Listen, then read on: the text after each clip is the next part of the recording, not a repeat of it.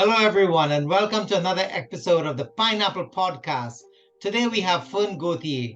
Fern has been an interesting investor. He actually started his journey with no money into real estate and became a joint venture specialist. And he continues to grow his brands and getting into multiple strategies. So today we're going to learn Fern's story and everything about him. So, everybody, welcome to the Pineapple Podcast.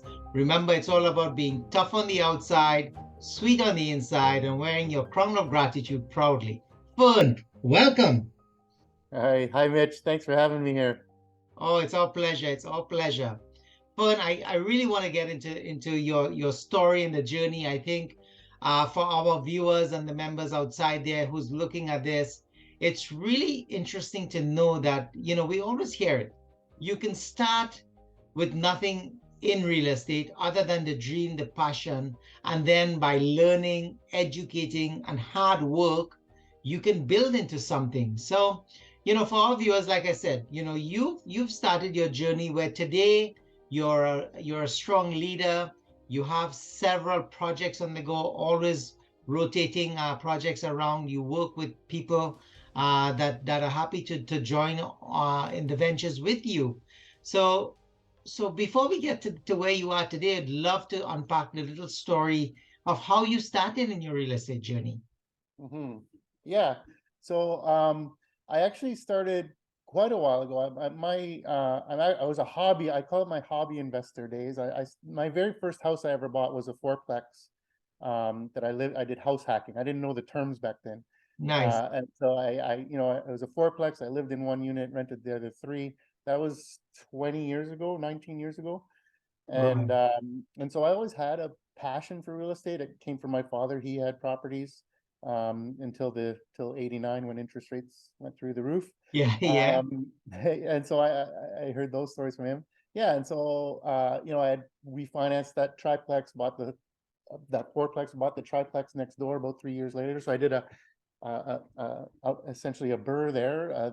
Again, didn't know the terms back then, so I kind of lucked into did the right moves and stuff. We'd sold those rentals to raise a family and get out of real estate, and so that was my journey up until then. And then about 5 years ago, went through a divorce, and that's expensive, and so lost half my money there, uh, and I was looking to rebuild. And a buddy of mine was like, "Well, you got to get back into real estate." Well, I have no money. How do I get back in? And so I was looking into property management. Yes. I was getting sour on that because I'd learned from my previous experience that I'd learned that the type of property management you're going to get are the slumlords. And that first house that I had wasn't a very nice house. It was what I could afford at the Right. time, and so I learned from that your quality of tenants is proportionate to the quality of your unit. Right. And that wasn't the type of property management I wanted to get into. And then I came across Facebook knows what you're looking at, and I came across that Keyspire ad for their workshop. Yes. And so I had a spare couple hours, so I went and did a free workshop there, and that was the first time I heard about this joint venture thing. It was a Ah, thing, okay. but I knew from that day one that was the model, because now I would have a say in the renovations that could go in the units. I would have an ownership, and so right from that 2 hour workshop that I knew that there was going to be an upsell for a weekend workshop. Right then, I knew that was the model, and so Right. I wasn't intending on going further with that education. Yeah. I knew that's where I wanted to go, so that's what got me started. Yeah, so I ended up, I did join Keyspire, and I learned everything I could about joint ventures, and yeah, met our first joint venture partner through that network, and Yes. yeah, haven't looked back. Wow. I love that. That to me is brilliant sharing. And I'm sure the viewers are going to appreciate that because many of us are actually in that space of I want to do something, I want to try something, and sometimes you got to invest in your own self. And that's huge, right? That is huge. Investing in yourself is a big decision. Especially like you say, you were coming back. You already got the triplex. You knew it wasn't the best property in town, but it got you going. I love the fact that you said, you did the free workshop and you realize, hey, wait a minute, this guy is offering me knowledge in a space that I'm not familiar with. And I reflect because I kind of know your story as well. And looking at where you are today and hearing that you started with just should I or shouldn't I, like how big was that decision, let's say, to further invest in yourself? Because after the free, it's the 3 day, and then it's the 1 year program, right? So was it a big decision for you, or it was like, yep, here's Oh, the money, I want to go? oh, that was a huge huge decision. That Yeah. 3-day workshop, where they want you to sign up for the membership. It ends at 6 o'clock on the Sunday, and I signed up at 6:30. And I should give a shout out to Alfonso Quadra, because I would not be here if it wasn't for him. He's the one who spent that half hour with me, Right. and I really needed that. And if he hadn't given me that time, that gift of his time, uh, who knows where I'd be. So yeah, huge decision, because again, like I said, I had just lost half my money, or I hadn't actually paid it yet, but I knew this was coming, and so that membership went right on my line of credit. Um, Wow. and I rationalized it. Mhm. I had just learned about the investor mindset. How much, instead of thinking about how much something costs, it's what's the return, what's the Yes. investment. And I saw Yeah. that investment. I was right, and so I was of that mindset, thankfully, and I was like, what, you know, just one JV deal pays for it, right? More That's more than absolutely right. more than and so Good I for saw it you. as the investment that it was. Yes. I was fortunate that also in my five, you're the average of your five. Um, my sister she's an accountant, so on the Monday I reached out to her and I asked Yeah. her what she knew about this group, and I was like, it was a significant amount of money involved in it, and she's like, cost money to start a business, There and you go. that was the final nail that lined up. I was like, yep, Yep. I'm in. It does. You know what? Couldn't get any better advice than that. Anything you want to go into, you got to have startup money, right? Some access to it. In your case, look at what you did. You didn't have it, so you had a line of credit. So use it. And for those of you who'd like to know what Alfonso Kudra, he is actually a guest on our Pineapple Chit Chat. So check our channel out. You'd love his episode as well. Brilliant guy, absolutely. So Fern, I love the fact that you're sharing that this is real. This is the stories that we really want to get, because now that you've invested in yourself, the one thing I've come to learn is the more money you invest in yourself is the more you want that return from that dollar, right? When things are free, you really don't care. And you could be whoever, whatever, yeah, I'm committed. When it's free, you don't care. When you invest in it, you care, right? So now I love the fact that instantly you kind of knew, okay, JV seems to be the way that I'm going to go. Didn't know about it. So obviously you got to learn, educate, but then you got to get into practice. And so you're starting to work with people and stuff.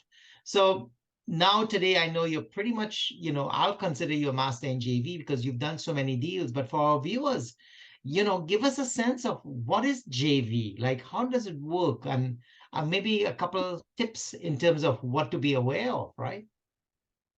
Yeah. So the joint venture, well, I guess it's a little translation. It's a venture that people jointly go into, and so in real estate, it takes four things to invest in real estate. It takes money, time, knowledge, and a little bit of a stomach to deal with the tenants, right? And get over that fear factor. And Right. so I lacked the money, but I had the other three things. And typically, the people that have the money, they're busy, so they're lacking the time and the knowledge, and don't and have the fear. They're lacking those other three things, and so Yeah. uh, so it's in a mutual agreement that hey, I have the time and knowledge. You have the money. Let's go in together and let's buy a property together. I love that. You know what? That's a great way to frame it. So if I'm a sorry, if I'm a passive person, but I want to earn more than, let's say, a traditional interest rate, then joint venture is probably the best way to go because you are going to actually find that property. You're going to work that property so that you get it stabilized and profitable. And because of the fact that I can help fund a piece of that, we're in partnership together in respect to the property that we're working on. So if I wanted to do something like that, is it as simple as give you a call? Is it complex? Like what, how do I get in touch with a Yeah, JV person, you know? it's as simple as giving me a call. If I compare it, so there's other ways to passively invest, right? Private lending. It's a little bit more involved in private lending in that you got to qualify for a mortgage. And so that qualifying for the mortgage, and then there's a refinance involved. That usually takes 10, 15 hours worth of work. So there's a little bit of work there that's not there with the private lending, and that's usually upfront. But yeah, after that, it's as hassle-free and hands-off as a private lend. Um, Nice.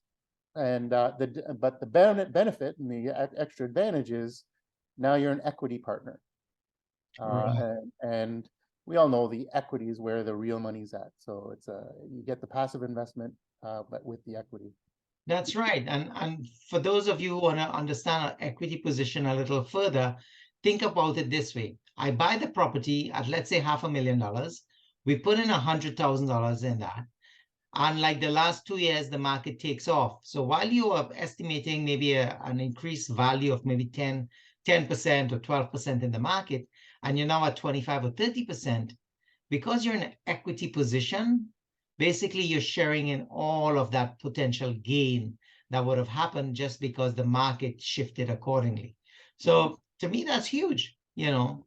But one of the fundamentals, Fern, that I really like to get your opinion on as well is I've always found that you really have to have a shared vision and also compatibility with you being a working partner or you being a financial partner because you're in this for the long run. Like a property Mm. doesn't turn over in a few months, It's like a unless marriage. you're lucky, right?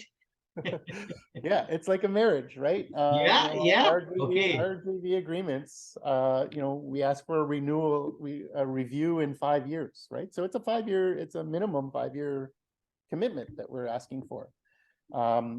We have some other clauses in there. If like last year, the markets went up so crazy. We have a clause that if the market goes up by 25%, we can shorten that 5 year span. But for the long haul, for the all intents and purposes, that's the exception. All intents and purposes, it's at least a 5 year agreement. So yeah, so you want to be partners with somebody that you can be comfortable having a beer with, or when things go wrong, you can be comfortable having that difficult conversation.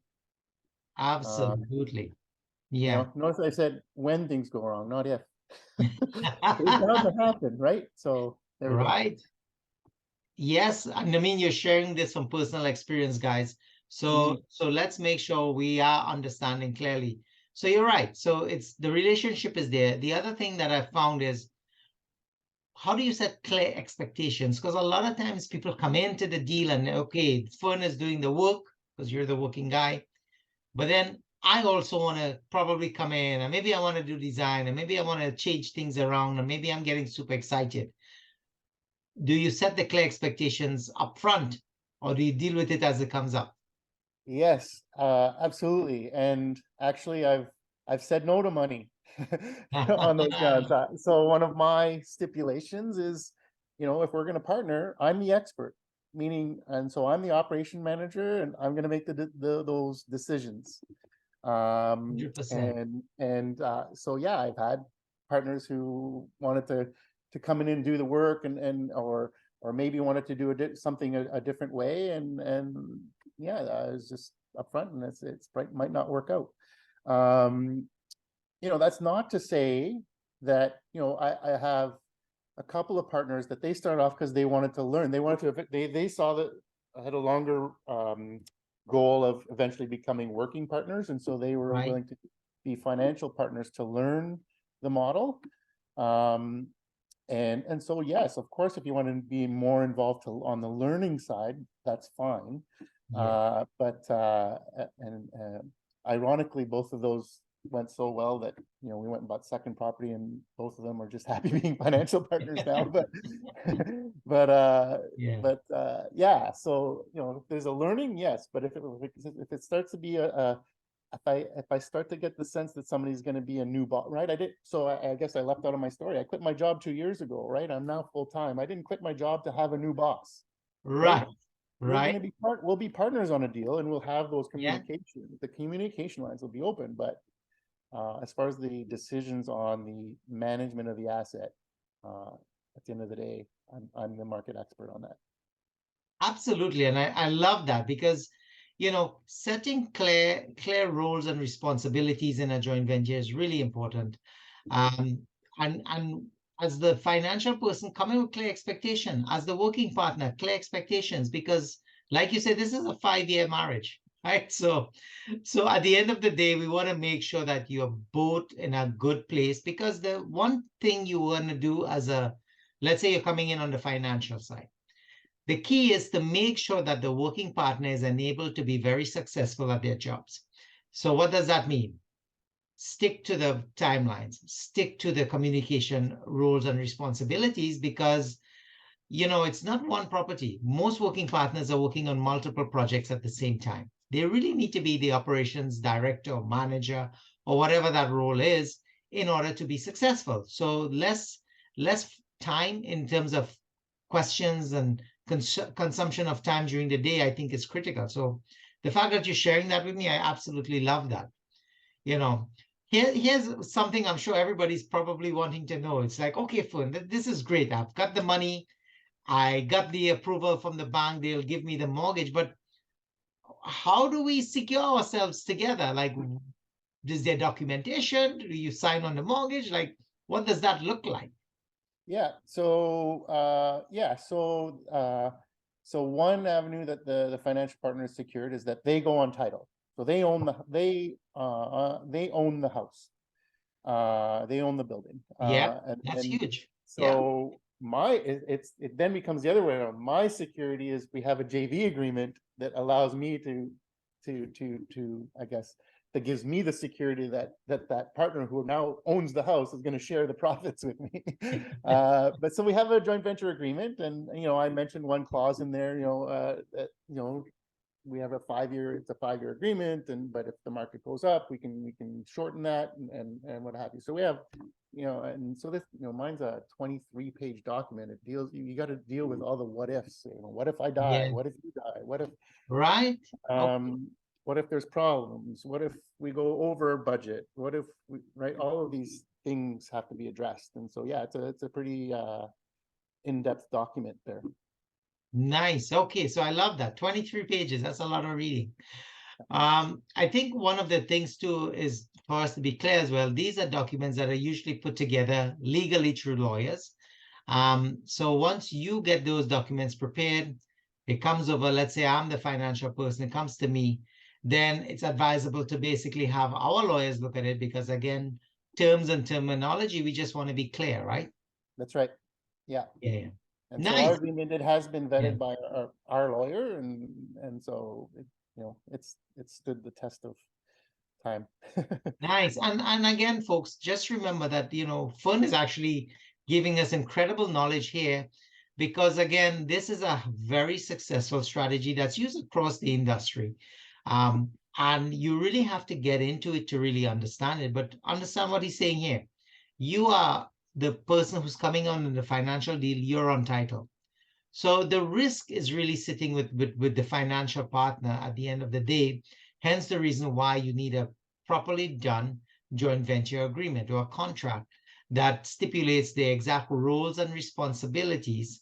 And just to frame it out, I mean, don't get worried with the number of pages. It's really simply, and Fern, tell me if I'm right or wrong, but we're really talking about how do we get into the deal, the roles and responsibilities of both parties, what is the plan in exiting the deal, with the timeline. I mean, that's basically what it comes down to, right? Right. Okay. Right.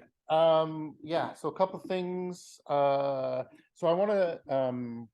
You essentially, one thing you just said there is that the risk is on the financial partner. I'm gonna let's just tweak that a little bit. Is One of the advantages over private lending is it tends to be a higher return. But as we know, the higher the risk, the higher the return. So there is risk because it's an equity position. What happens if we're in a market like right now and then it just went down? There is risk there. Yes. But the counter to that, it's not all on the financial partner though. That's the part I need to correct you on.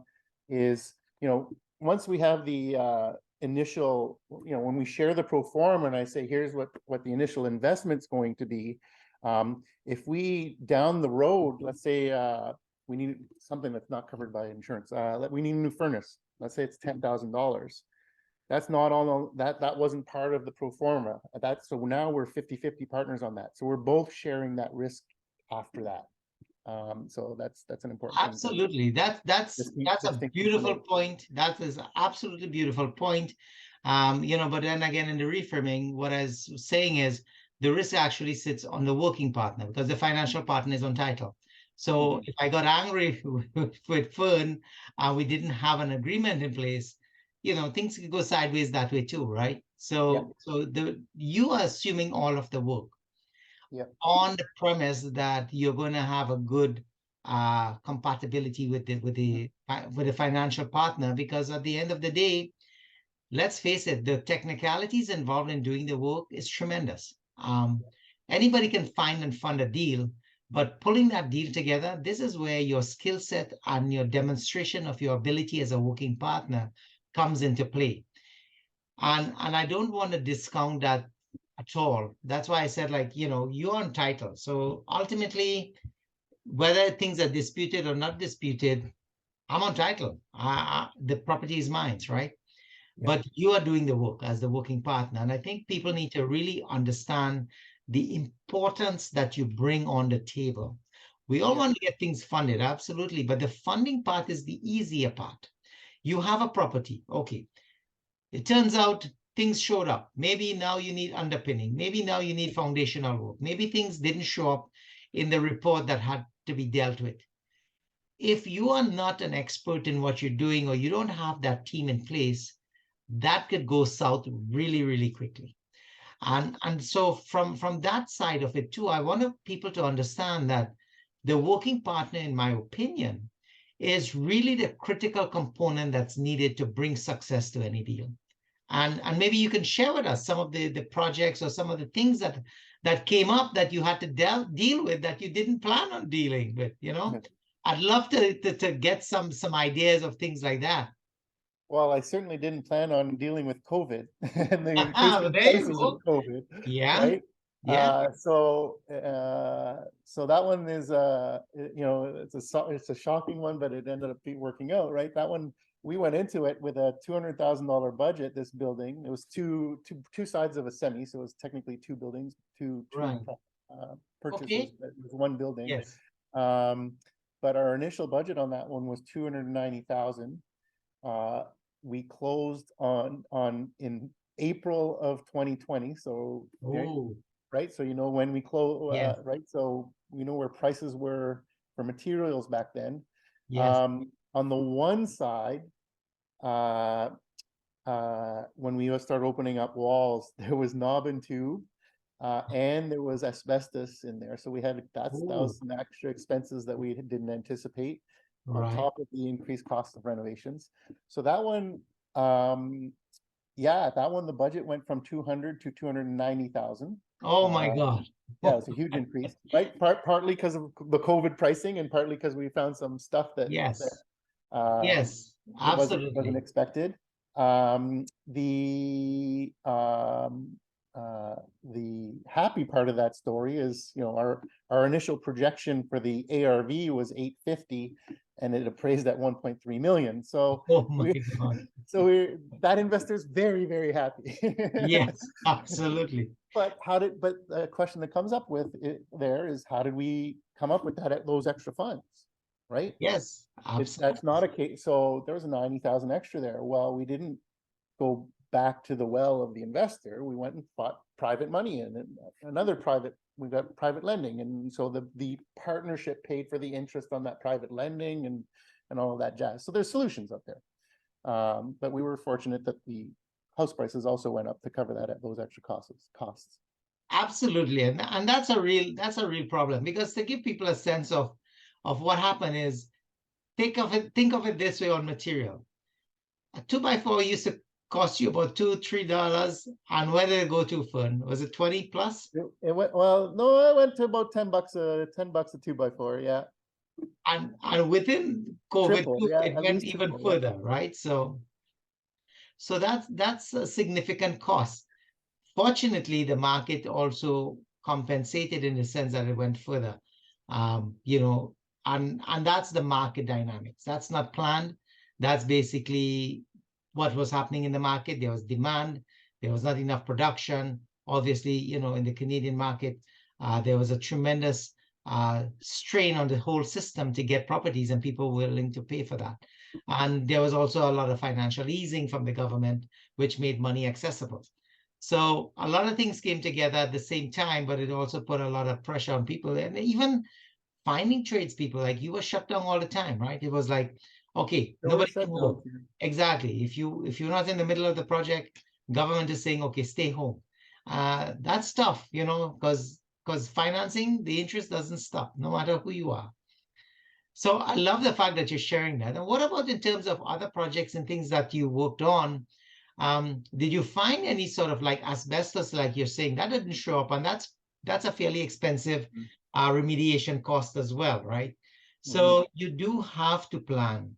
The one thing that I want to reframe or bring back to people's attention, because you said it quite well, you know, you are basically looking at how do you deal with the funding of it, because it came up, it's not part of anybody's plans, right? Yet you got to deal with it. I love the fact that you said, okay, you went into getting funding and financing versus going back to the investor and saying, okay, get me more, get me more, get me more. Because I've heard so many people when they go into different joint venture deals, that they feel like the pressure is a little too much sometimes for their dollars. And so by strategically financing it, you can make these deals work, and you can keep the investor happy, because now that piece of it is basically you're paying some interest, but you know that the room is going to be there. And that's probably another thing that we can chat about a little bit too. When you're doing the planning, Mm. obviously you're going to have budgets for renovations, but you know, how do you go around or go about figuring out the after repair value? Yeah. That was actually an especially difficult challenge here in Kingston, because when I first got started, Kingston, it only I only started doing secondary suites. Doing secondary suites is what exploded my business, and I only started doing that my second year of my business, because that's Ah, when Kingston allowed them. okay. I ended up starting looking a little bit like a genius there. I knew it was coming down the pipeline Right, in June of 2019. And so April, May, I went shopping and I closed on 4 properties in June and July. nice. And so I timed it well. And so, but what that meant was, when it came time to the ARV, there were no comparables. There are Right, no comparable sales. The refinance value is based on comparable sales. Well, there are no comparable sales because none of these things exist yet. I was a pioneer in that stage. right. And it's actually one of the things I've got on my mind now that with Bill 23 that's coming on, that now we're allowing tertiary suites, tertiary units. Yes, That same challenge is gonna be there. And absolutely. so it did affect us on 3 of our projections, where the appraiser wasn't educated, and he just used in-law suites that compare as comparables. Well, it's not that's not a fair comparable, That's because right. bank's not going to use that income, and because the bank's not going to use that income, people aren't going to qualify for as much. And so they're, typically it's about 10% is the added value of having that document for the legal part. And so that's what we used in our projections was, okay, what are the places with in-law suites going for? And we added 10%. Ah, very nice. Right? But we So got we got dinged. We got a couple of times we got the lower value, and so we had to fight it, and there we go. Well, that's huge though, because a lot of people feel like the appraisal value that comes in, that's it. So explain to us, like, how will you pick up a fight in that regards? Yeah. Well, my biggest one was, and now this is a couple years ago, so the numbers are a lot less than now. Uh, we had we had projected an ARV of 450, and the appraisal came in at 395. Wow. Uh, Yeah. and the house, a single family home, unrenovated, right across the street. Sorry, yeah, yeah, 395. Single, I just renovated, I had just sold for 385, and we got 10,000 more than the single family unrenovated across the street, right? It was a ridiculous appraisal. Wow. Yeah. And right, so we initially fought with the bank, hey, this doesn't make sense. Look at these comparables, they're not real comparables, and they would have none of it. So in that case, we paid a $5,000 fee to break the mortgage and get a new appraisal, go with a different company. And our new appraisal came in at 480. So okay. So there's a case where Yeah, it was yeah, worth yeah. 5,000 to get that extra. What did we get? Right. An extra 70,000 on the refi, right? And I So want to hold, yeah, like I want to hold it there. Like you went quite quickly through this, but I want people to understand the framing in this. You were not satisfied. Clearly, you had justification because you saw comparables. The bank still was not interested in your argument. no, Like, think about it. If I'm going in as the new guy, the bank's not interested. Now I'm feeling, okay, what can I possibly do? Again, solution driven. So you found a solution. Give the bank $5,000 for their fees, get rid of the bank, get rid of the mortgage, start over, reapply for a new one because you knew that the value was there. yeah, So for our viewers as well, guys, when you're going through this, solution driven, don't be afraid and to say something is wrong. Don't be afraid to challenge the experts. Sometimes when you can see clearly, like in this case, you saw the building there, a $10,000 difference, and you're like a duplex. Like, come on. So unrenovated on top of that. So clearly, there's a reason to challenge people sometimes. So you're sharing this. I'm really happy with that. That's absolutely brilliant. So the thing is, this is what the experts come in when you're a working partner. The financial person is coming with the finances, but they don't have the ability or the time to do this level of work. But this is where you are set differently from other people because now it's expertise, it's knowledge, it's knowing how to get resolution on some of the challenges that you're having. So, Fern, I know you've done the joint venturing for a good time. You own Kingston, so to speak. So tell us what's in store for you in the future. Are you going to look at more joint venturing? Are you going to spread out your business a little bit? What's Fern's direction going forward? yeah. With the yeah, so at the beginning of the year, with the as interest rates were starting to increase, one of my selling features of Kingston has always been cash flow, right? We have the same rents as an Ottawa and Oshawa and Kitchener type places, but Yes, our property values are about 2/3. So that's a competitive advantage I've always had here is that means we've always had quite a bit of cash flow here.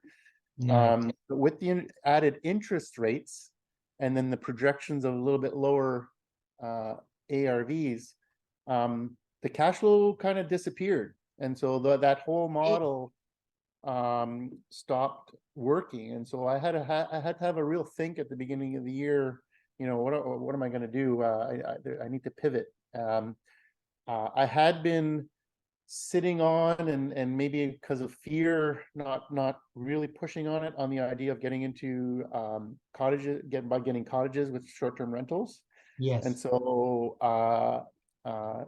it made sense. The light bulb went off and it made sense. It's time to really push on that goal.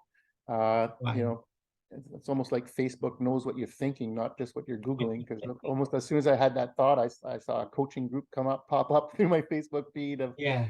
join us in learning about short-term rentals. So I've signed up with a coach. It's something we haven't talked about is, you really want to accelerate your goals, is get a coach. That was another thing that after that year mark on my business, I got a Yes. coach. Love Uh, that. And that, I went from one deal in my first year to 10 in my second year. Incredible. That's from coaching, right? And so Yes. I saw this coach come up, and so I signed up with that coaching group. I'm now part of a bigger mastermind with that group. Nice. Um, and yeah, so I'm closing on my first cottage January 18th. Oh, congratulations. That's Yeah, huge. and so the idea there is, one of the pieces of advice I always give is, be an expert at something. We've talked about being an expert. Find a niche, become an expert at it, rather than being a jack of all trades, and then expand. And so I've become an expert at the Burr model in the residential side, and so now I'm just transitioning that and just adding it into the cottages. So that's my focus now. Brilliant. I love it. So you're still going to be working with investors who would like to journey with you on this, I'm sure. Yes. Okay, wonderful. And so, Yeah, slightly different models. Like I'm yeah, open for JVs as well, but when the cottage market, the banks tend not to like cottages as much, so you tend to be working with private lenders more, and so it's more of a right. private lending model than a JV Nice. model. But it can work on the JV model as Yeah, well. yeah. So what's driven you to STR? Just to get a sense of how you can switch dynamics. Yeah. Well, as I mentioned, part of it has to do with the being forced with the cash flow having Yeah. disappeared, but it's been on my mind for a while, and it has to do with my greater purpose, my giving back why. Um, as I mentioned, I started this from getting divorced, and when I got divorced, I joined up with this group of divorced dads, and I started to learn about some of the challenges these guys have Yeah. had with connecting with their kids. And Yes. very early on in my journey, I was asked, "What's your bigger purpose?" And I've always said my daughters are my number one why. And then somebody asked me, "Well, what's your, that's the warm and fuzzy why, but what's your bigger why?" And so I had a real think about that 4 years ago. And so what I came up with is here I am now, down the road, get into the cottages and have a free weekend for single fathers to come and connect with their kids. Uh, Sweet. so, so instead of the Absolutely love that. important send your kid to camp day, it's a bring your kid to camp day. I And love that. that's That what I is want to do. precious. Yeah, no, I love that why, because one of the greatest things I think is what real estate enables us to do. When you get into the space and you work hard at it and you become successful, it allows you to express yourselves and to really get into yourself in terms of what's your why, what's driving you. And I think that's why we also see so many people in the corporate world, they want to get out, they want to get out. It's because it gives them the money, but not that mental and emotional satisfaction.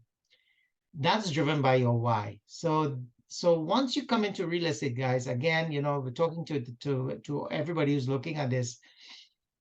You choose a vehicle to get to a better place financially, but the finance or the money is really not the passion. The passion is your why. It's your family, it's your love, it's your hobbies, it's things that people tend to put aside because they feel they have to go do this work to pay the bills. Now, there are people who connect on their corporate world and they connect with their passion, and good on you. But if you're not connected, find an avenue, educate yourself, because you can drive your passion out of it, and be prepared to work twice as hard in the beginning, but know the rewards are there, right? Yep. Fern, you're definitely a clear example of what working hard in real estate is all about. You can build a Thank success you. and you can build a network. So, again, I don't know, any last words to our viewers Yeah. out there who would like to journey into joint venturing or even to get started in real estate? Yeah, well, I just want to build on, before that, I just want to build on what you just said, that having a Please. why. I had a change on that a year and a half ago. Or a year and a half ago, I just Yes. won an award with Keyspire Story of Success, and things were all great. And my goal was I was at 100, I was at 43 doors, and my goal was to be at 100 at the end of the year. Yes. But I didn't have a why. Why 100? It was just a nice round number, right? Right. And so that's when I revisited my greater purpose why, and I had a really big mindset shift there. It's not about the money anymore. I'm That's comfortable huge. now, and so it's now about lifestyle and being able to give back. So that why is really, Yes. really important. That Um, is huge. Thank you for sharing that, Fern. That to me is really an important piece of how we can as we go through the journey, how we can pivot ourselves into really understanding ourselves better, right? So, Yeah, yeah. yeah. And sorry, what was your other question? What would you like to leave our viewers with in terms of maybe a tip or an advice in terms of either getting started in real estate, or maybe you want to go into the joint venture world? Yeah, so getting started, yeah, if you're gonna looking into becoming a working partner, um, you know, if you're gonna be starting to raise capital, and you're starting to talk to people, network, where's the first place when you meet somebody, where's the first place they're gonna go? They're gonna go to your social media, and find out if your if your social media matches the story they just heard. So make sure unfortunately your Facebook page is now a business page. It's not a personal page anymore. Love And it it. has to match that story. And so if you look at my Facebook page, my bio, it's father, real estate investor, joint venture specialist, and that's my Sweet. core values, right? And so that has to match. So yeah, so start posting on Facebook, start posting on your social media, put yourself out there as a real estate expert. On the Wonderful. financial partner side, um, one of the benefits of having a unique name like mine is I'm pretty easy to find. Look me up, give me a shout. I'm happy to, I do have some, I think right now is a really good buying time. Warren Buffett said, when people are greedy, be fearful. When people are fearful, be greedy. There's a lot of fearful people right now. Absolutely. So I think we're in a buying time, and so I'm going to get pretty aggressive this year in the cottage market. So I'm expecting to have a bunch of opportunities there. I love that. And I will put your contact information in the comments below. So, folks, if you want to reach out, connect with Fern, he's always happy to share information, to give you some tips and tidbits. So the information will be there, guys. And for me as well, on the Pineapple Podcast, I thank you so much for staying on and checking us out. Remember to hit the like and the notification and the subscribe button as we want to grow out our base as well. And remember, it's the pineapple. It's all about being tough on the outside, sweet on the inside, wearing your crown of gratitude proudly. And again, wishing you guys all the best in your successes in real estate. Take care. Bye, everybody.